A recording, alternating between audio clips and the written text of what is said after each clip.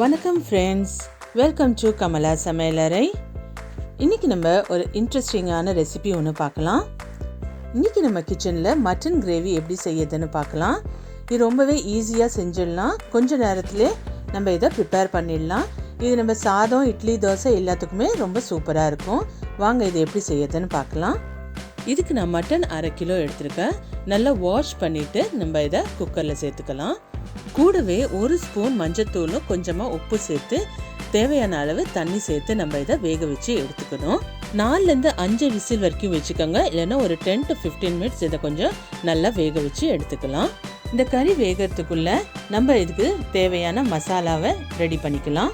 இதுக்கு நான் பட்டை, கிராம்பு, ஏலக்காய், அன்னாசிப்பூ, 1 ஸ்பூன் ஜீரகம், 1 ஸ்பூன் மிளகு, 1 ஸ்பூன் சோம்பு இது எல்லாத்தையும் சேர்த்துட்டு நல்லா வறுத்துக்கலாம். இந்த இன்க்ரீடியன்ஸோட லிஸ்டெல்லாம் நான் டிஸ்கிரிப்ஷன் பாக்ஸில் கொடுக்குறேன், செக் பண்ணி பாருங்கள். இது கூடவே 2 காஞ்ச மிளகா, 1 ஸ்பூன் கசகசா சேர்த்துக்கலாம். இது கூடவே ஒரு 4-5 முந்திரி சேர்த்துக்கலாம். 1/2 கப் அளவு தேங்காயும் சேர்த்துக்கலாம். இது எல்லாத்தையும் நம்ம ட்ரை ரோஸ்ட் தான் பண்ணணும், எண்ணெயெல்லாம் எதுவும் சேர்க்க வேண்டாம். இந்த தேங்காய் நல்லா வதங்குற அளவுக்கு நம்ம இன்னும் ஒரு 2 to 3 மினிட்ஸ் நல்லா இதை வதக்கி எடுத்துக்கலாம். இதை நல்லா ஆற வச்சு நம்ம ஒரு பேஸ்ட்டாக ரெடி பண்ணி வச்சுக்கணும். கொஞ்சமாக தண்ணி சேர்த்து இதை அரைச்சி எடுத்துக்கோங்க. இப்போ ஒரு கடாயில் கடலை எண்ணெய் 4 டேபிள் ஸ்பூன் எடுத்துருக்கேன். இதில் ஒரு பெரிய வெங்காயம் நல்லா சாப் பண்ணி இதில் சேர்த்துக்கலாம். வெங்காயம் லைட் ப்ரௌன் ஆகிற வரைக்கும் நம்ம இதை நல்லா வதக்கிக்கலாம். இதுக்கு நான் ஒரு 1/2 டீஸ்பூன் சால்ட் சேர்த்துக்கிறேன். சால்ட் சேர்த்துக்கிட்டா நம்மளுக்கு வெங்காயம் சீக்கிரம் வதங்கிடும்.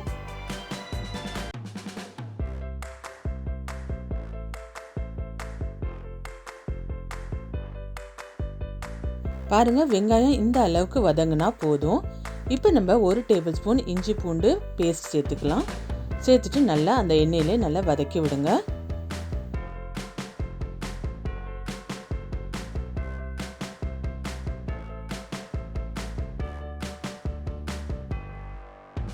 இப்போ நான் இதில் 2 தக்காளியை நல்லா அரைச்சி சேர்த்துக்கிறேன். நம்ம இதை அரைச்சி சேர்த்தோம்னா கிரேவி ரொம்ப நல்லா வரும், டேஸ்டாகவும் இருக்கும். தக்காளி நல்லா வதங்கி அந்த எண்ணெயெல்லாம் பிரிஞ்சு வர வரைக்கும் நம்ம அதை நல்லா வதக்கி எடுத்துக்கலாம்.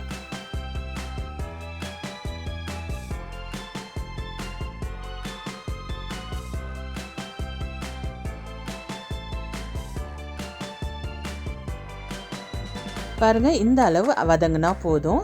இப்போ நம்ம இதில் 1 டீஸ்பூன் மஞ்சத்தூள் சேர்த்துக்கலாம். இது நம்ம நல்லா இந்த எண்ணெயிலே வதக்கி எடுத்துக்கலாம். இப்போ நம்ம இதில் மிளகாத்தூள் சேர்த்துக்கலாம். இது வந்து வீட்டில் அரைச்ச மிளகாத்தூள் தான். இது ஒரு 4 டேபிள் ஸ்பூன் நான் சேர்த்துக்கிறேன். இது அந்த எண்ணெயிலே நல்லா சேர்த்து வதக்கி விடுங்க. பாருங்கள், இந்த அளவு நல்லா வதங்கினா போதும். இப்போ நம்ம வேக வச்சிருந்த மட்டனை இதில் சேர்த்துக்கலாம். சேர்த்துட்டு நல்லா மிக்ஸ் பண்ணி விடுங்க.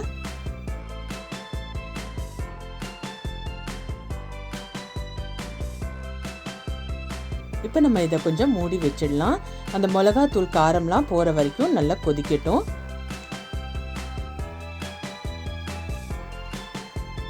அஞ்சு நிமிஷமாவது இது நல்லா கொதிக்கணும். ஆனால் நடுவில் கொஞ்சம் கிளறி விட்டுட்டே இருங்க.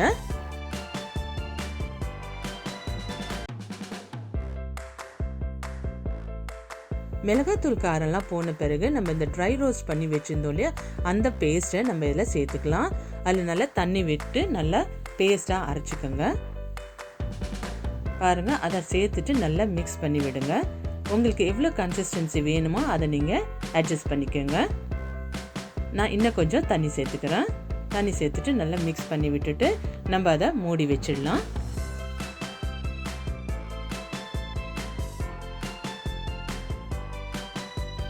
இந்த ஸ்டேஜில் நான் கொஞ்சோண்டு கருவேப்பிலையும் ஒரே ஒரு பச்சை மிளகாவும் சேர்த்துக்கிறேன். பச்சை மிளகாய் சேர்த்தோம்னா ரொம்பவே நல்ல வாசமாக இருக்கும். சேர்த்துட்டு மூடி வச்சிடலாம். நடுவில் செக் பண்ணிகிட்டே இருங்க. பாருங்கள், இந்த ஒரு நல்ல கன்சிஸ்டன்சிக்கு வந்துட்டு உங்களுக்கு எந்த அளவுக்கு கிரேவியாக வேணுமா இல்லை இன்னும் தண்ணியாக வேணும்னா இன்னும் கொஞ்சம் தண்ணி சேர்த்துக்கலாம். இல்லைன்னா இந்த மாதிரி ஒரு கிரேவி கன்சிஸ்டன்சிக்கு வச்சுக்கோங்க. இந்த கிரேவி வந்து சாதம், இட்லி, தோசை, சப்பாத்தி எல்லாத்துக்குமே சூப்பராக இருக்கும். பாருங்கள், கறியெல்லாம் நல்லா வெந்து வந்திருக்கு, சூப்பராக இருக்குது. இந்த ஸ்டேஜில் நம்ம உப்பெல்லாம் செக் பண்ணிவிட்டு நம்ம ஸ்டவ் ஆஃப் பண்ணிக்கலாம். அவ்வளோதான் ஃப்ரெண்ட்ஸ், நம்மளோட மட்டன் கிரேவி சூப்பராக ரெடி ஆயிட்டு. இப்போ நம்ம இதை சர்வ் பண்ணிக்கலாம்.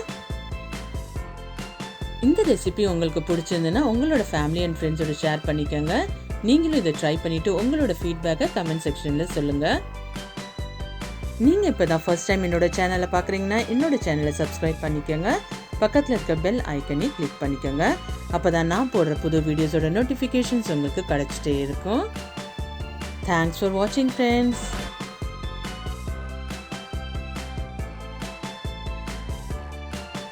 இதே மாதிரி இன்னொரு இன்ட்ரெஸ்டிங்கான ரெசிபியில் உங்களை மீட் பண்ணுறேன். அன்டில் தென் பாய்.